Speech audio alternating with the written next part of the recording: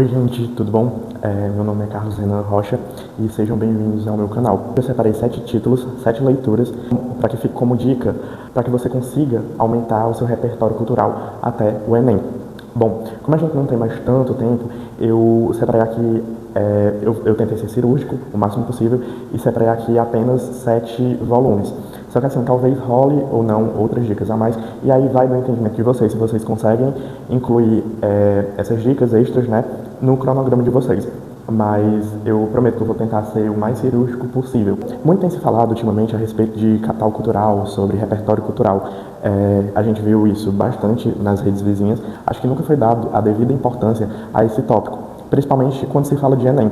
Quando a gente fala de Exame Nacional do Ensino Médio, a gente sempre olha mais para questões mais objetivas, a respeito de ciências da natureza, matemática ou redação, que são sim muito importantes, mas sem um bom conhecimento de mundo, sem um bom repertório cultural, sem um bom eixo cultural, você não consegue realizar uma boa prova, de redação pelo menos. Para mim, foi essencial um repertório cultural mínimo assim para conseguir desenvolver a nossa introdução, nosso desenvolvimento de fato, né, os argumentos e por fim a conclusão. Então eu vejo que o repertório cultural ele perpassa todas essas fases da redação e ter um bom repertório cultural não vai te ajudar somente na redação, vai te deixar preparado também para conseguir interpretar melhor as questões da prova.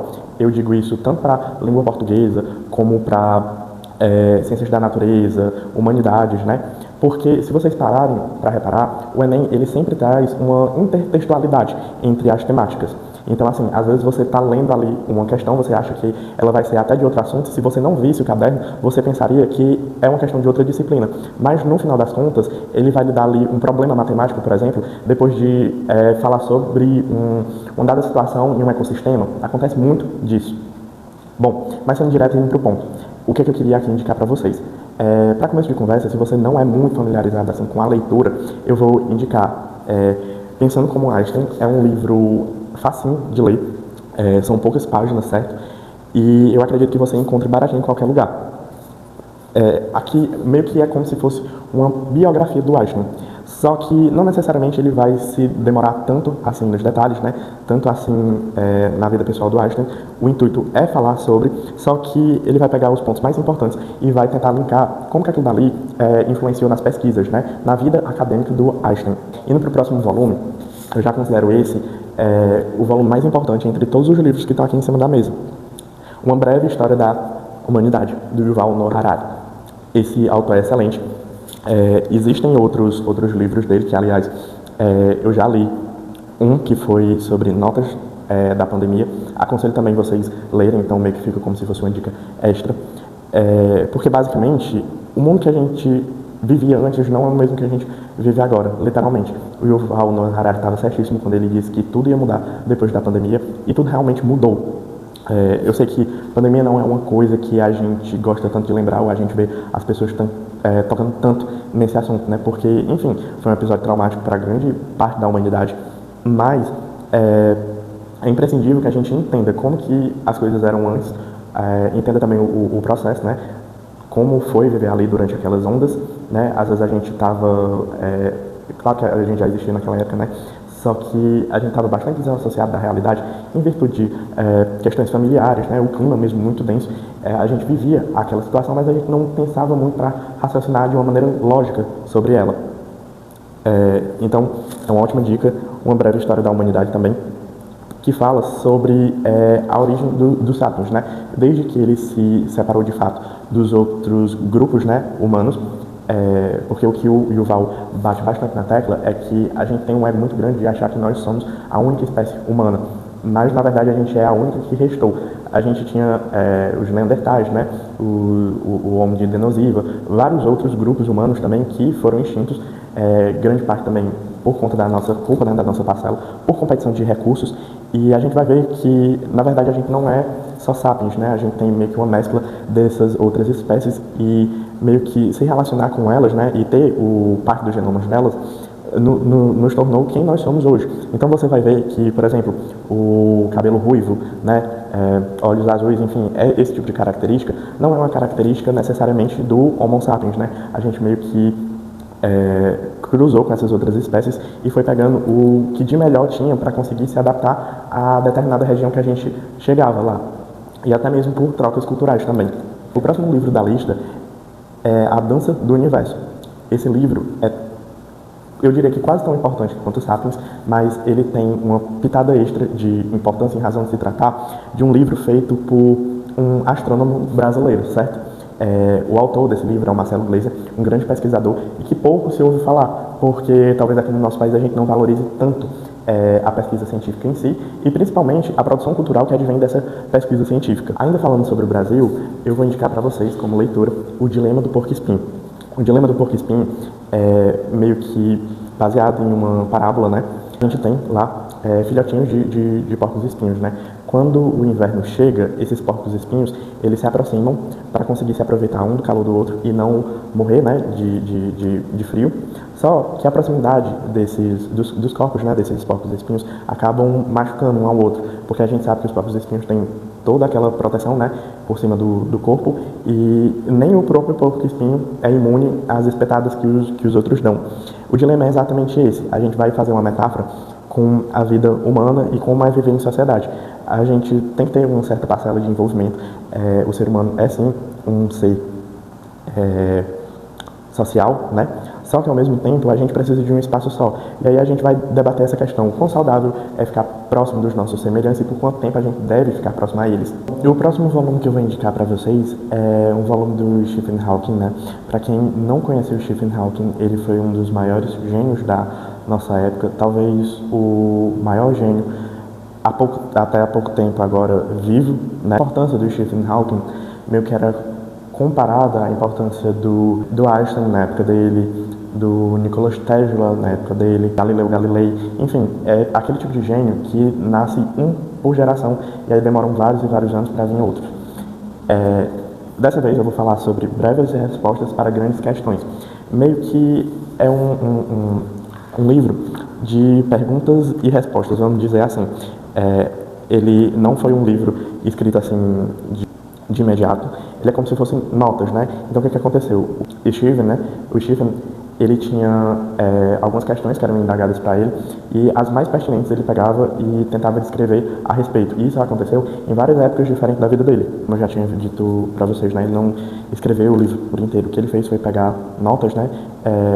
Notas que ele tinha feito para a revista, entrevistas que ele tinha dado e até mesmo ensaios que ele tinha feito de maneira assim separada, que ele tinha publicado nas próprias redes sociais, e ele juntou isso tudo, né, deu aquela revisada para dar uma atualizada nos textos, né, e fez esse livro. E aí, assim, vocês vão ver que esse livro realmente está atualizado, porque, assim, uma das questões do Steve, a principal questão, talvez, da vida dele, foi justamente o buraco negro, né? E ele se questionava sobre várias outras coisas. Ele pesquisava também sobre várias outras coisas, sobre buracos negros, buracos de luz, buracos de minhoca, matéria escura, esse tipo de coisa. E, inclusive, sobre buracos negros, que talvez seja o tema que ele mais se debateu sobre, ele negou as próprias teorias, né?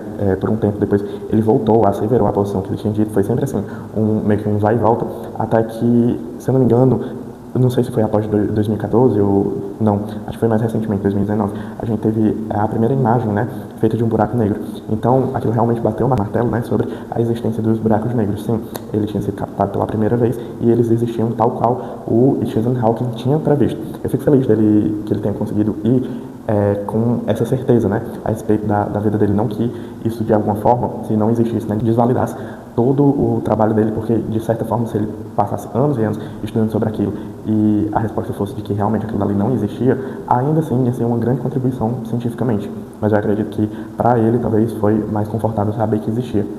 A gente vai falar sobre TED Talks. O guia oficial do TED Talks para falar em público, né? E aqui a gente não vai ver necessariamente só sobre falar em público, mas sim sobre se comunicar de uma maneira assertiva, né? O TED Talks, para quem não sabe, é uma marca, né, que foi atribuída a algumas palestras que inicialmente ocorriam lá nos Estados Unidos. Chamavam pessoas, né, relevantes como o Steve Jobs, né, o próprio Stephen Hawking, pessoas relevantes culturalmente para a nossa época. E com o passar do tempo, isso foi crescendo muito de modo a tomar uma proporção mundial. E como se tratava de palestras, né, por que não expandir a marca e cada país ter seus próprios palestrantes? Só que assim, o legal é que mesmo que o palestrante fale sobre um assunto que a gente não gosta, a gente vai se entreter com aquilo, porque meio que segue uma base, né, segue todo um guia. Aqui no Brasil, por exemplo, a gente teve algumas palestras com Leandro Carnal, por exemplo, a Gabriela Prioli, enfim, pessoas bem relevantes para o nosso cenário atual, pensadores, né, ou intelectuais, que contribuem muito para o debate sobre determinados assuntos. Bom, eu vou indicar aqui para vocês também sobre o livro Deus Zebra, Descobrindo a Superdotação. Ah, Renan, mas eu não tenho nem uma superdotação, não tenho um mero indício de que eu seja superdotado, porque tu está me indicando esse livro. Porque quando a gente fala sobre superdotação, primeiro que a gente está falando sobre uma fatia significativa da população, mesmo que eles sejam, entre aspas, raros. Quando a gente vai ver que a proporção deles chega a ser considerada entre 1 para 20, pelo menos, a gente vê que pode ser sim uma parcela significativa da nossa população, inclusive que talvez a gente conviva com uns, porque as pessoas por muito tempo tiveram uma ideia errônea acerca de superdotação, né? Pensava que o QI delimitava muito a capacidade intelectual de uma pessoa, enfim. Mas só que assim, quando a gente está falando sobre superdotação e a gente está falando sobre estudos em geral, intelectualidade, meio que a gente está falando também sobre a prova do Enem, que é uma prova que abarca assim, várias pessoas, né, milhões, para falar a verdade, de estudantes ou pessoas que já encerraram o estudo, mas enfim, vão prestar aquele exame para tentar adentrar o nível superior. E aí assim, a gente vai falar também sobre as dificuldades que as pessoas têm em relação aos estudos, em relação ao ponto de partida, né, que elas têm. A gente vai ver que as possibilidades não são as mesmas para todo mundo, principalmente se falando sobre um país em desenvolvimento, até dito como subdesenvolvido, como o Brasil. E a gente vai ver como que o ato de aprender é diferente de pessoa para pessoa.